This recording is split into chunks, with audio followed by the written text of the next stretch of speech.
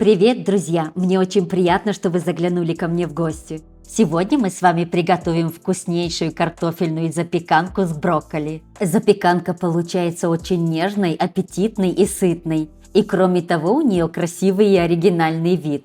Это идеальный рецепт для любителей картофеля и брокколи. Так что пойдемте готовить эту вкуснятину вместе. И первым делом я ставлю отваривать картофель.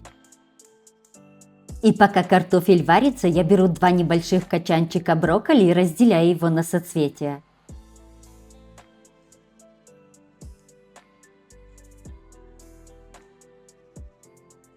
И крупные соцветия я разрезаю на кусочки поменьше, чтобы они были примерно одной величины.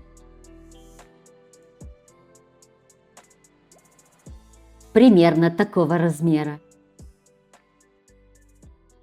А теперь отправляю их в сковороду, добавляю крупной соли и наливаю немного воды.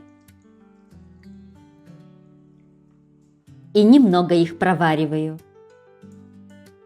И перемешиваю их часто. Воды мы наливали немного, так что они как бы пропариваются под крышкой. Таким способом, мне кажется, легче проследить, чтобы они не разварились. На это уйдет 5-7 минут, нам нужно, чтобы они просто смягчились. И за это время я нарезаю пару крупных зубчиков чеснока.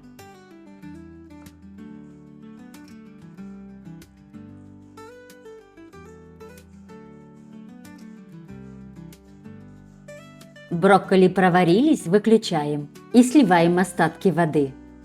И теперь в сковороду добавляем немного оливкового масла, чеснока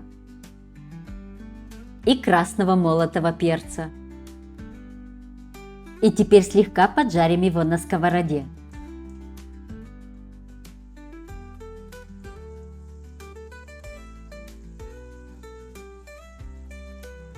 Затем добавляем брокколи, присаливаем, добавляем овощной приправы и несколько минут поджариваем брокколи на сковороде, чтобы они пропитались этим острым вкусом красного перца и чесночным ароматом. Брокколи готовы, выключаем. И теперь я натру немного сыра пармезан.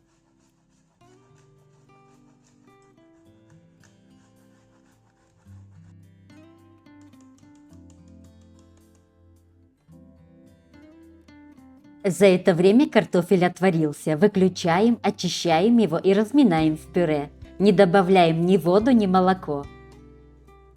Добавляем только кусочек сливочного масла. Присаливаем.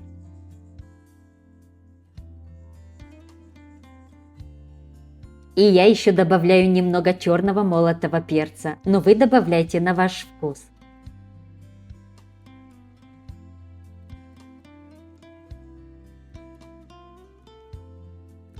Теперь беру форму для выпекания и смазываю ее оливковым маслом.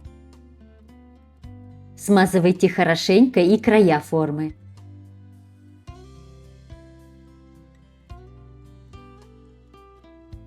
Затем присыпаю панировочными сухарями, так наша запеканочка получится более хрустящая снизу.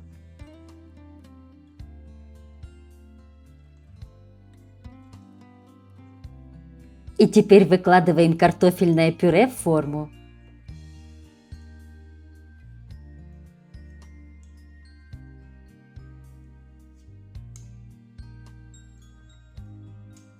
И теперь выравниваем поверхность, формируя края немного повыше, создавая место для начинки. Я смазала ложку растительным маслом, таким образом намного проще это сделать. И теперь выкладываю кусочки сливочного масла. Оно придаст вкусный сливочный вкус нашей запеканке. А теперь берем плавленые сырки и выкладываем сверху, закрывая всю поверхность. Мне понадобилось 6 таких сырков.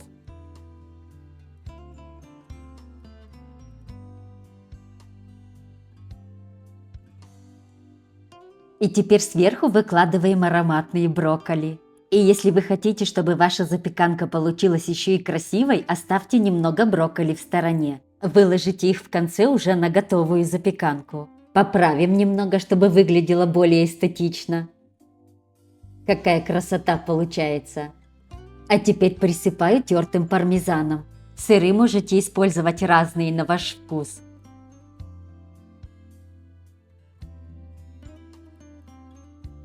И после пармезана я посыпаю моцареллой и натираю я ее на крупной терке. Она придаст румяную сырную корочку нашему блюду.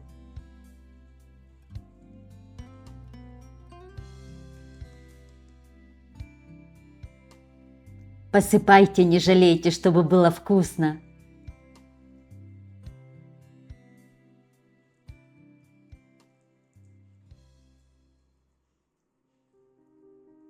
Моцарелла – это был последний завершающий слой. И теперь поливаю оливковым маслом и смазываю края нашей запеканки, чтобы она хорошенько подрумянилась.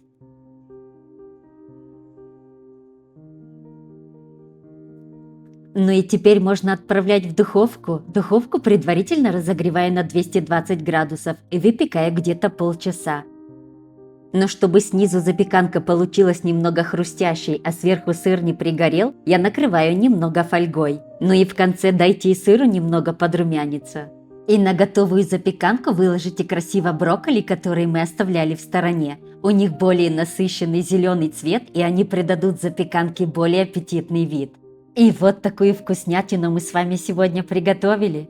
И это сытное, красивое и вкусное блюдо вы можете приготовить даже к праздничному столу.